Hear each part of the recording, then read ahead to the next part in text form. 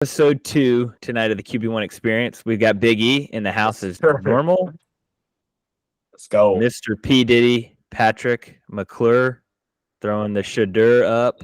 Shadur. And we've got our special guest tonight, CB Cantwell. Can't play quarterback well. Did play in college. Mr. Worldwide. He is Mr. Worldwide. He is not from Germany, as we have so elegantly stated, from Texas. Lives in Germany now. Great man of integrity. Works for FCA there, leading people to the Lord. That's why we love him. If he didn't, we would still love him, but we love him extra because of that. Man, we appreciate you having you coming on our show, and we are going to be talking quarterback specific stuff tonight. So thanks for coming on, man. Let's do it, man. I'm excited. Love talking ball. And lived in Germany. Now I'm moving to the UK. Just to clarify. Oh. So going extra worldwide. Oh, Where I in like the UK? it. Expansive. Wales in the UK. I'll be honest, I have no idea where that's at. Sounds cool, though.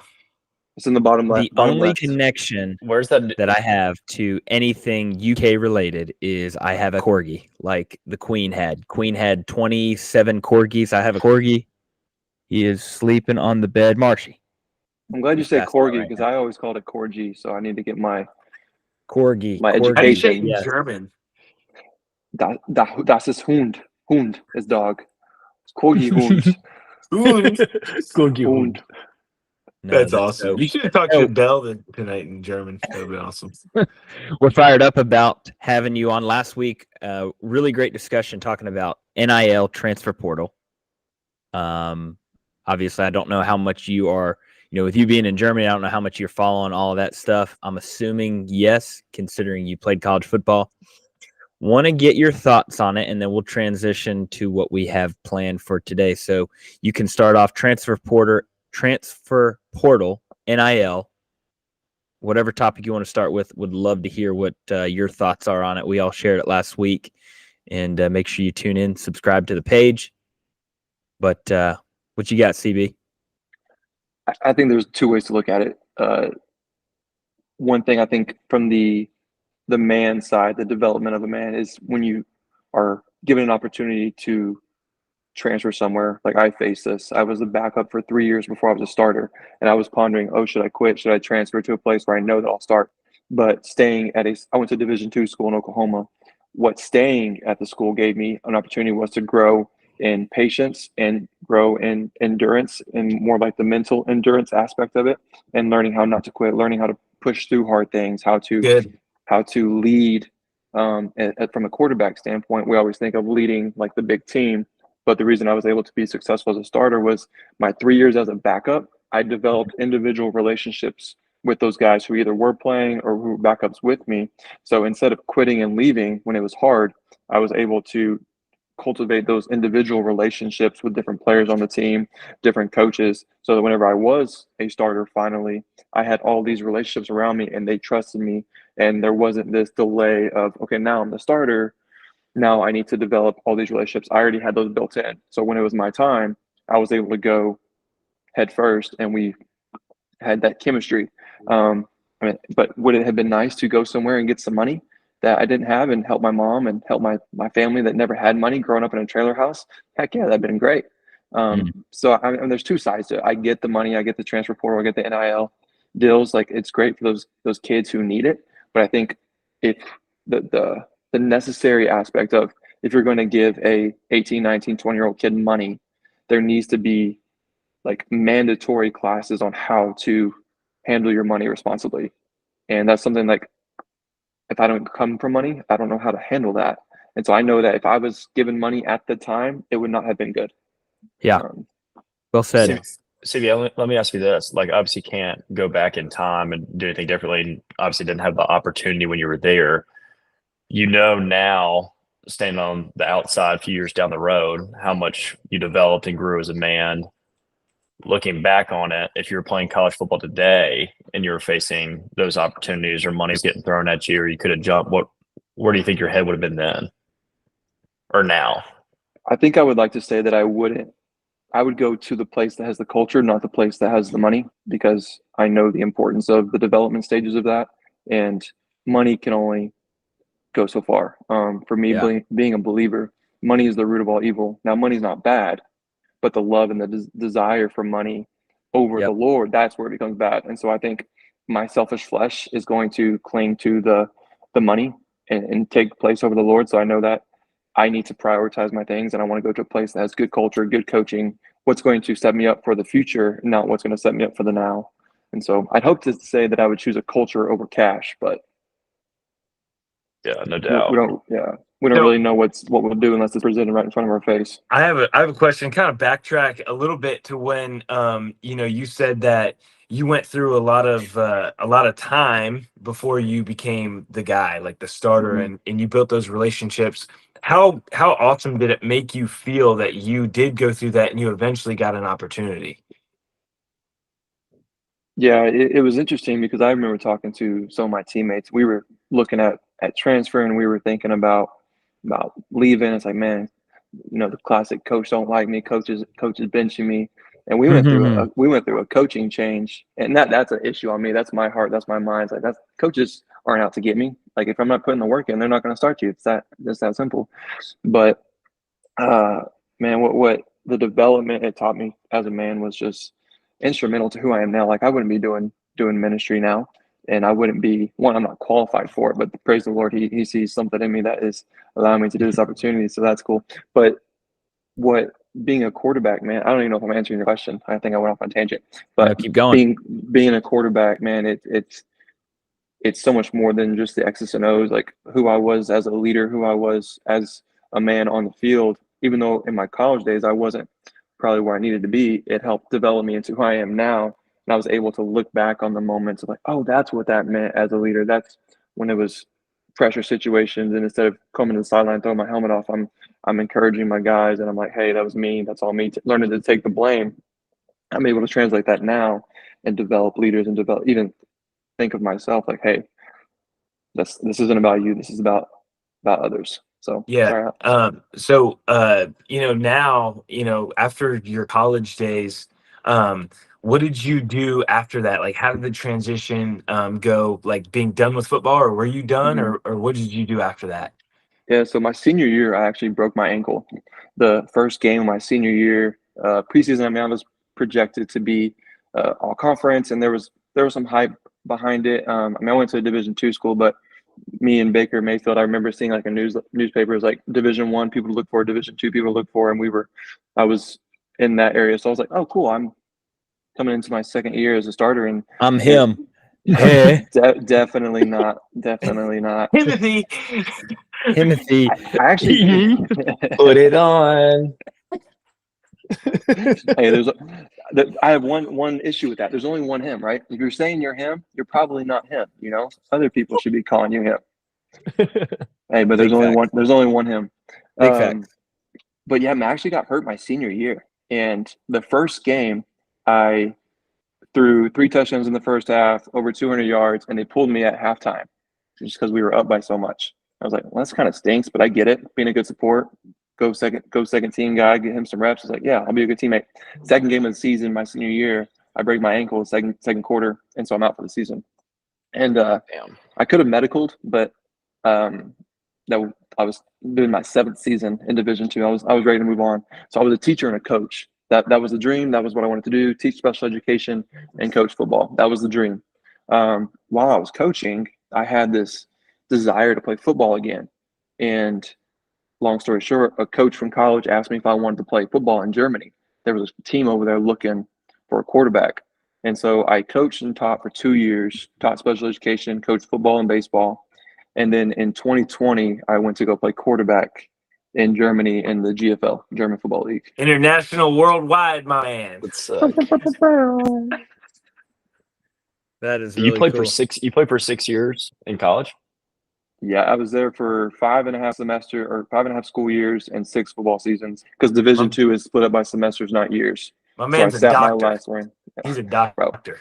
Yeah. How many degrees did you get? you know what? Funny enough, I only got 1 degree, and I graduated with a terrible GPA. But hey, I'm the first Priorities. man in my family to go to college, so I didn't know what I was doing. I'm just happy to be there. I don't think the FCA asks you for your GPA, do they? No, praise the You Lord. know what they say. It's not about the grades you make, but it's the hand you shake. And it sounds like you shook the right hands. Hey, I have shaken some pretty cool hands, and I don't know how I ended up on this podcast, but I shook the right hand at dinner the other night, so here we are. There you go. That's You cool. only had to pay us $1,000. No, Yeah, I'm just right. We won't tell But you no, about that one. I think that's a great story. I think that your upbringing, what it sounds like, was not one of a mansion with boats and jet skis and fancy cars, led you to where you are now. And you hear a lot of stories of people like that. You kind of, it's either one side or the other. It's people that grow up in humble beginnings are either hell bent on becoming rich and famous, or they realize that, hey, I can still live a very fulfilling life without indulging in finances. Now, obviously, you need money to eat and do the things that you need to do, but it's not the focal point of your life. So that's a really interesting topic. But going back to your football days, so talk a little bit about your experience playing in Germany. Some of your teammates. I actually had a teammate of mine who was a walk-on at South Carolina, still a good buddy of mine who played a season in Germany, had a friggin' blast, and loved every second of it. So I'd love to hear about that. And I mean, that it really is. It's professional football, so you really got to touch on all three of the high school, college, professional. Although not in the NFL, but would love to hear your experience of playing the game over there. And I know you shared with Evan that you were also player coach, much like Adam Sandler played in The Longest Yard. And want to hear about your experience there, because I think that the tie-in, which is going to be really important for our listeners and our quarterbacks to hear, is the tie-in of how important the quarterback position is and how much of a on-field coach that you really are, whether you're the actual serving as the coach, right? But you are the coach on the field, not only for the guys on offense, but defense. So I'd love to hear your thoughts on that. Yeah, absolutely. I would say it's a very unique story, and I don't know if I have met or if you'll ever meet anybody in this situation. So 2020, I got in Germany in February, and then March, Wow. COVID hit. Dang. So I spent the first 7 months of COVID isolated in Germany, and every week we were practicing. The first 2 months we couldn't practice. We couldn't do anything. German police were roaming the parks. We had curfew at night. We couldn't do anything. And every month they were like, okay, next month we'll start. Not this month. Okay, next month we'll start. So for 7 months, it was the waiting game. We finally got to practice a little bit, but we would practice expecting to hear the next week, okay, now we're going to start the season. For 7 months, just on this cycle of waiting for COVID to die out. We're like, oh, it's going to be 2 weeks, COVID, fine. And then we all know what happened after that. So 2020, I go to play football, and my dream of professional football is finally happening. And then COVID happens and ruins that chance. And so 2021 happens. I moved to Waco, Texas. A buddy of mine who I had met before I went out there, he actually played German football too. And he did some video work. He's like, hey, come to Waco, do some video work with me until you go back in 2021. I was like, all right, cool. So 2021 comes around. I'm supposed to go back to Germany to play football. I'm like, all right, cool. They're in the GFL 2. I'm going to go be the quarterback, take them to the GFL 1, the first league. But this is where the spiritual aspect of it comes in, is I really felt like the Lord was telling me to stay. And I battled with months of this decision, because I got to the point where I couldn't sleep, of me feeling like the Lord was telling me to stay in Texas. I was like, God, you give me a chance to go to Germany to live the dream, and now you're telling me not to go. And now I didn't hear him audibly, but I had heard him like I never heard him before, and I felt him. People around me spoke to me, and the question was asked, where are you going to grow in your faith and as a man the most, in Germany or here in Texas? And this was the first time in Waco where I was surrounded by other men who were pouring into me. My dad was always around, but he wasn't teaching me how to be a man of God. It was always based on my accomplishments on the football field. And eventually the football field is going to come to an end. And who are you when your football career is over? And I was like, man, I need to stick around these men and develop as a man of God, and just as a follower of Jesus, and just in every aspect of relationships, everything. So I made a decision. I called the team. I was like, hey, I'm not coming back. And that was really hard, but they respected it. And they said, anytime you want to come back, just let us know. I said, all right, cool. A week later, I met who would hire me with FCA in Waco. So once I made the decision not to go, the Lord opened a door with FCA in Waco, Texas. And I was like, all right, cool. So that's why I'm staying in Texas. Fast forward 2 years later in 2023, actually 2022 at the end of it, I called the team up. I was like, hey, I feel like I'm supposed to come back to Germany now. the Lord had stirred in my heart, like, hey, now take FCA to Germany. Let's go. And so I was like, we're not illegal in Germany yet. FCA is not a nonprofit there yet. How am I going to take it? So coaching was the way in. So I called the team. I was like, hey, would you guys be interested in me coaching? And they were like, yes. So I moved to Germany, and at the end of 2022 to see what it would be like. I went to visit the team. I sat in a practice, and I actually got to hang out a little bit. The head coach at the time, had 2 years left on his contract. When I got there, some things happened, and he announced to the team at the end of the season of 2022 that he was no longer going to be the head coach. And so I was like, Lord, did you bring me to Germany to be the head coach? So I threw my name in the hat at the end of the season of 2022 to be the head coach, and they hired me as the head coach, as a 29-year-old, to be the youngest head coach in the league. So I got to be the head coach of the GFL German Football League team going into 2023. So what the Lord, I thought he was taking me to Germany to fulfill my career as a player. What he was really doing was showing me the need for the gospel in Europe, and he was going to use football as the platform to do that. You're like a Christian version of Ted Lasso. Well, I've heard so many, and I'm moving to the UK now. So, I mean, I just need to grow my mustache. Yeah. Bro, what a story. Dude, That's amazing. Sick. Yeah. So you get over there, you're coaching the team, and you just feel like you're really walking in your calling. And then what happens? Man, 2023 was one of the hardest years of my life as a head coach. The German culture and the American culture are totally different things. Touch on that.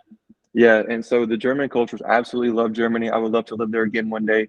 The guys on the team that I was with were absolutely amazing. The organization was absolutely amazing.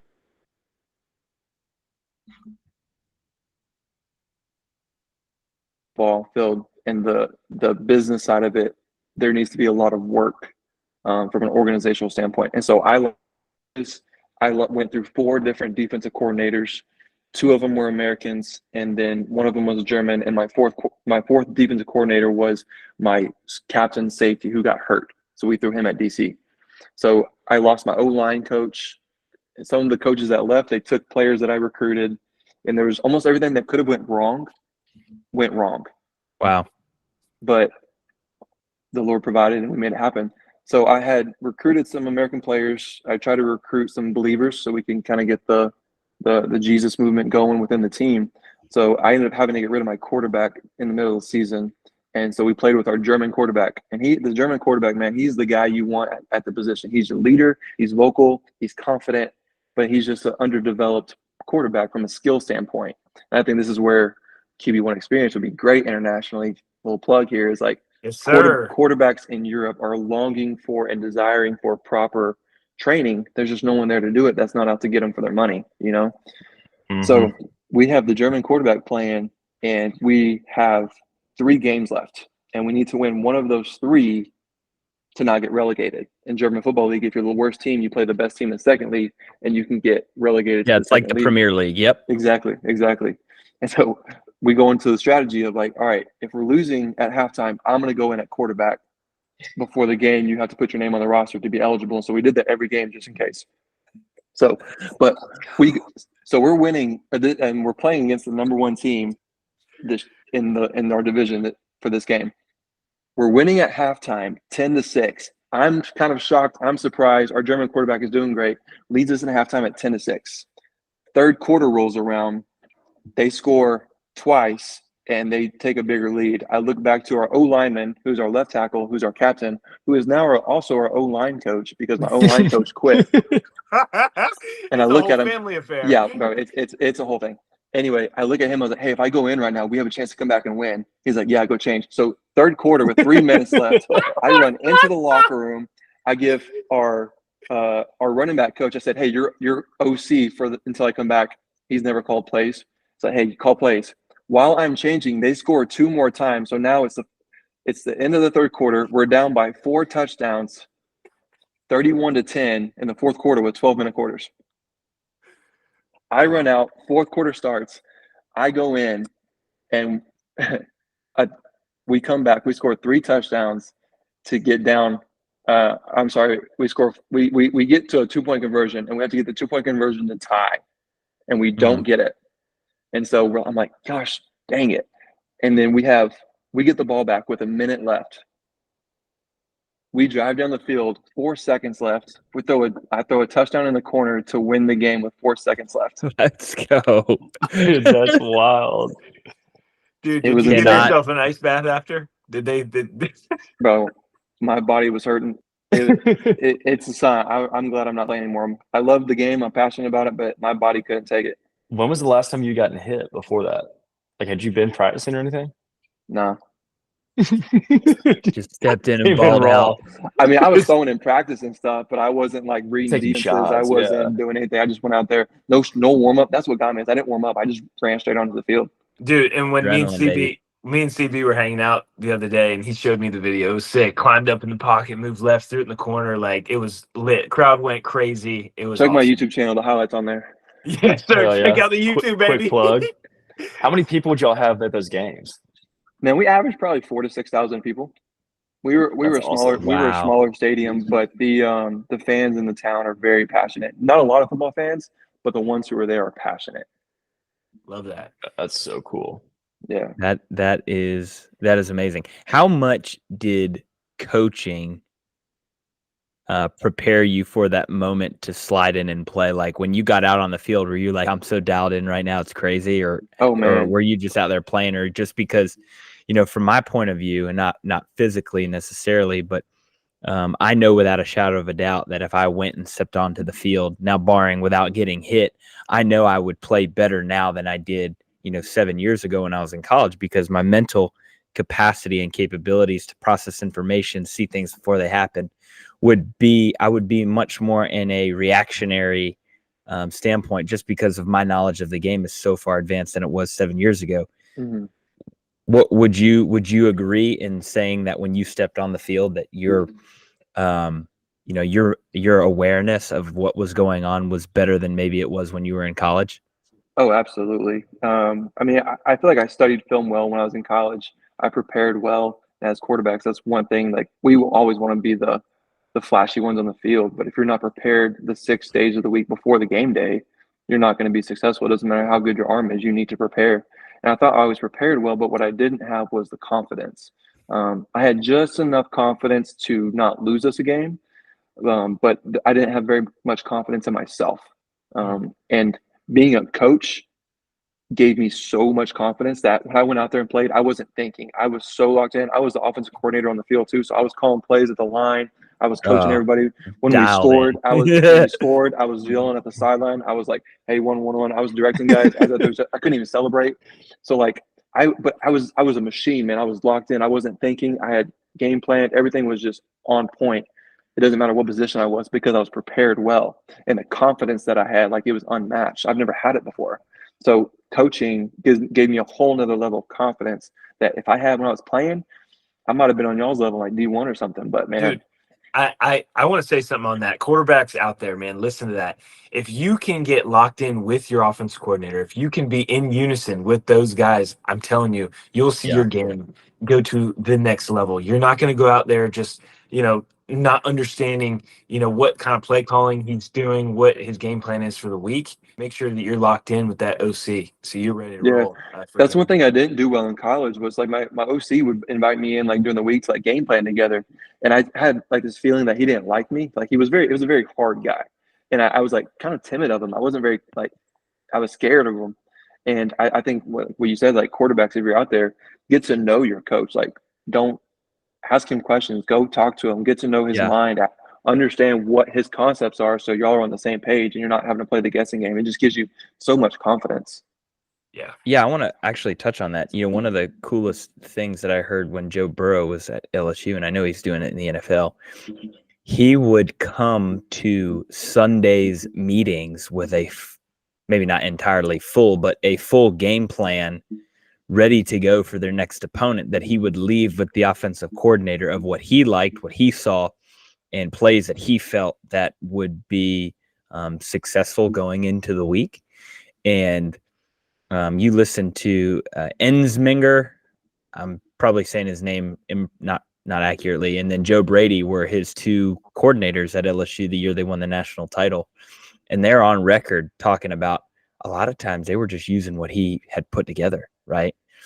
And the reason, obviously, he had incredible talent around him, but he was so locked in mentally week in, week out that his mission was nothing more than to win a national title. But he was 1,000% going to be the most prepared person on the field.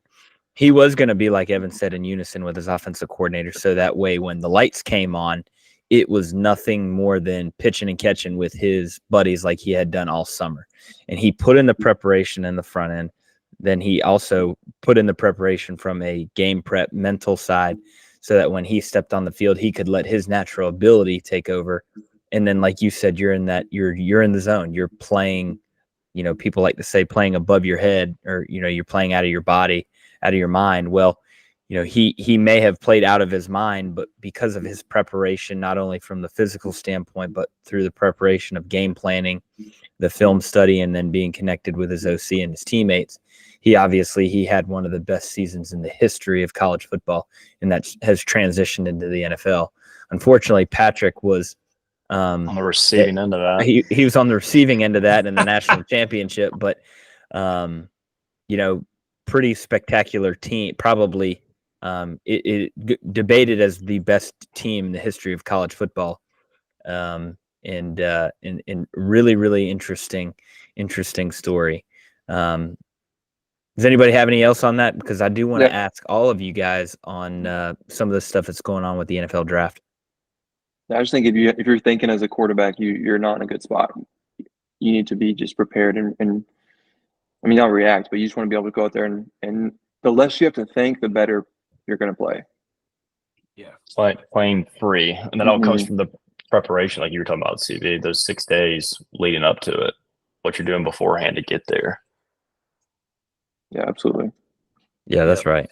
Well, obviously, it's the 2nd of April. So here in just a few short weeks, we've got the NFL draft, which is a huge day in the football world. And I'd love to know what the folks in Germany and in Europe think about the NFL draft, how locked in they are, if they're as locked in as the folks in America. This is a star-studded quarterback draft, as good of a quarterback draft as we've had in, golly, a long time. Lots of debate on who should be going number 1 overall.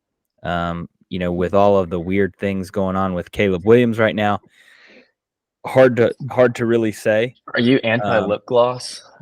Anti lip gloss. I just, now that you broached the subject, we can dive right in, and I'll give you my thoughts and opinion.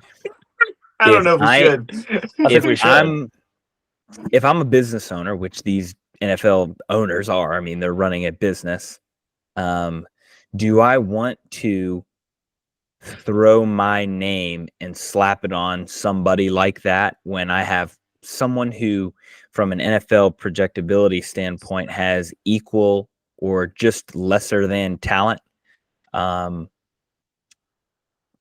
I want to slap my name on somebody like that? No, I personally would not. Why is that? Now, well, like what about that bothers you? And I'm not saying it doesn't bother me, but I'm curious to hear your thoughts.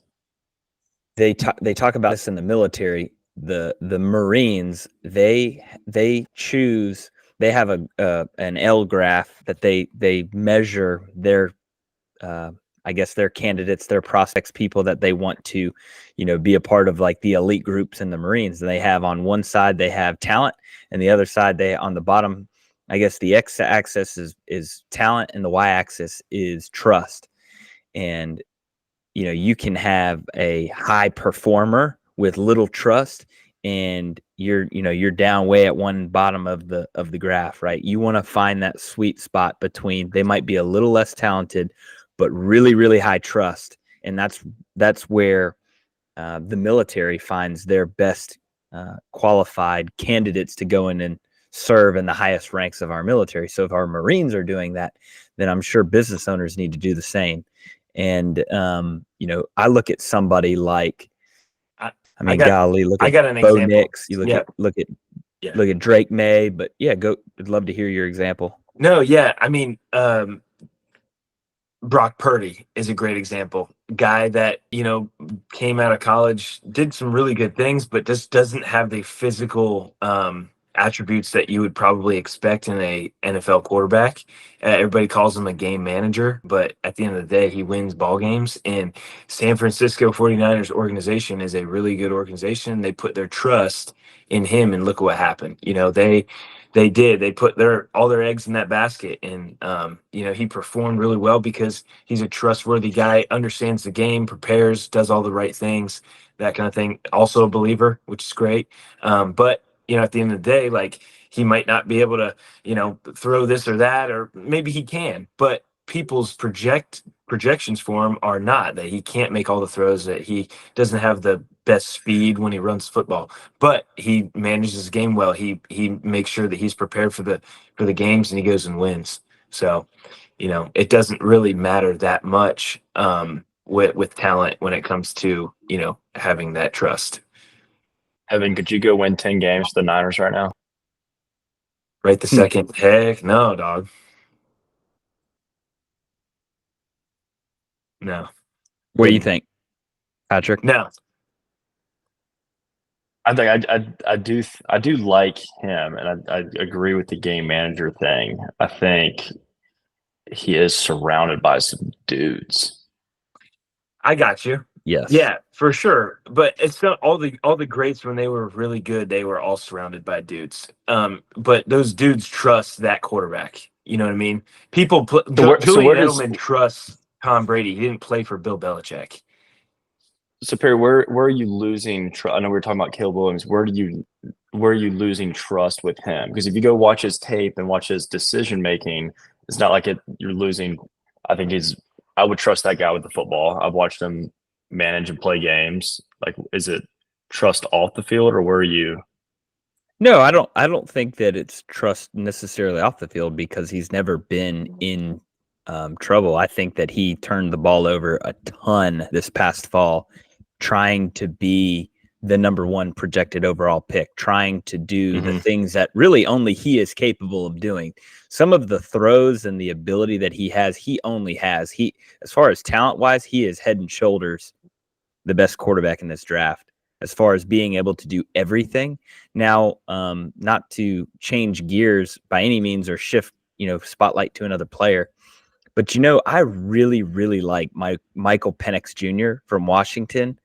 I think that cat can spin the rock, and he is just a gamer. If he could stay healthy through his NFL career, I think he could be a long-time NFL guy. I will say Caleb Williams didn't start playing bad until those Dr. Pepper commercials came out with him, the black cat walking under the ladder. Dr. Pepper Fanville. That's when he started playing bad. That's what happened to DJ. They became a starter. He got the Dr. Pepper gig, and then he opened up against Georgia, and all hell broke loose. Future quarterback stay away from Dr. Pepper commercials. Yeah, no, you definitely want to stay away from those. But Patrick, the Georgia defense that DJ went up against was pretty decent at best. I think so. What Patrick? I want to kind of answer that question if I could. I think that some of the off the field, just like antics, like some of the things that take your focus away from football, like it puts a spotlight on something that you do outside, and it's kind of like odd. It's just trying to draw attention. I think those types of things, as a owner of a football team, you want your guy locked in, just thinking about football. You know what I mean? You want that guy being like the man who's going to be in the locker room first and last to leave. Not posting on social media and creating like weird stuff on social media. You know what I mean? So, yeah, I don't disagree. I completely agree. I've just never been able to have a good argument like for that, because you think about Johnny Football and had way more off the field shit than Caleb Williams, other than just like his quirkiness or being odd or different or it translates. Yeah, I mean, even like Baker Mayfield, like with his behavior, like the public intoxications and stuff like that. But that dude's also a baller and a leader and a great dude. So I was just trying to. I've never had a good argument for some of those antics. That certainly is one word I would not describe Caleb Williams as. From my knowledge, from the outside looking in, I wouldn't go on record and be like, that dude is a leader of a program. No, yeah. everywhere that so since he's been at Southern Cal, I mean, he's made some incredible plays, but and I know college is different and everybody loses games and things like that, but I'm intrigued by the Pettis Jr. guy. I'm intrigued by, honestly, not to sound like a Gamecock homer here, intrigued by Rattler, what he's able to do from a physical ability standpoint. I mean, the dude can play. Mm-hmm. DB, you're shaking your head. What are your thoughts? Not a Rattler guy? Rattler would have to make some big changes in the mental game for me to buy into him. He's a gamer. Yeah, I'll say he's a gamer. I haven't seen him win, and it seems like until he becomes more focused on the team and less about himself, then he's not going to be a good NFL quarterback.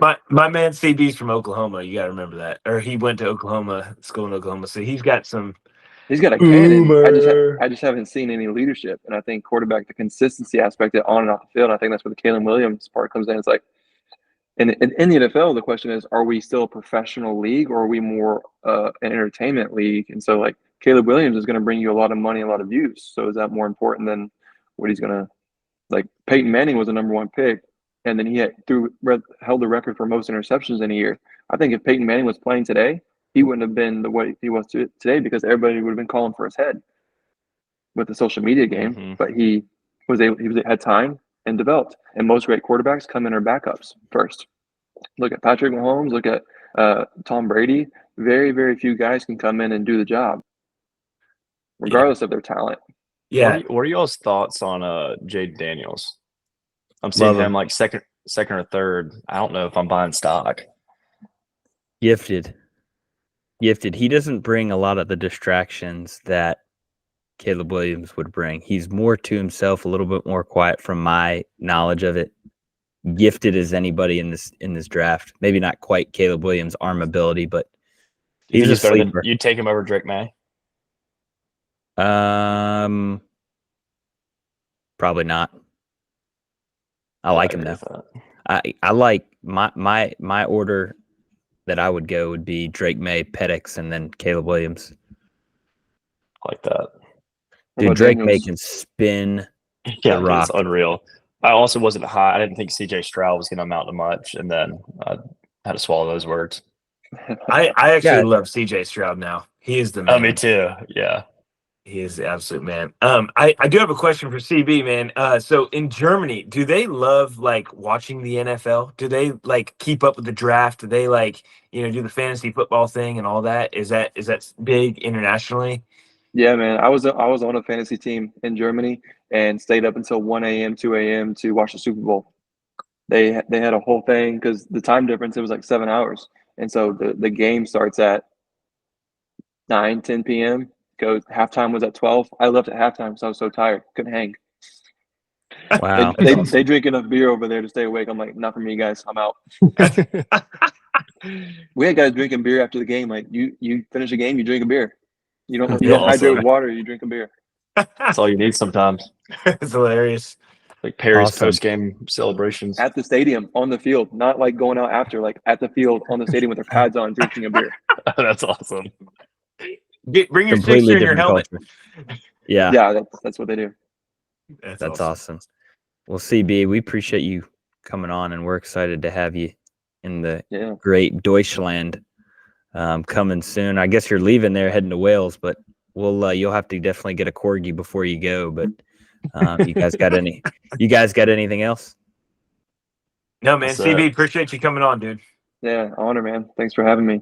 Excited to see what QB1 experience does in the future, man. Here in the States and international. Just getting started. Go. That's right.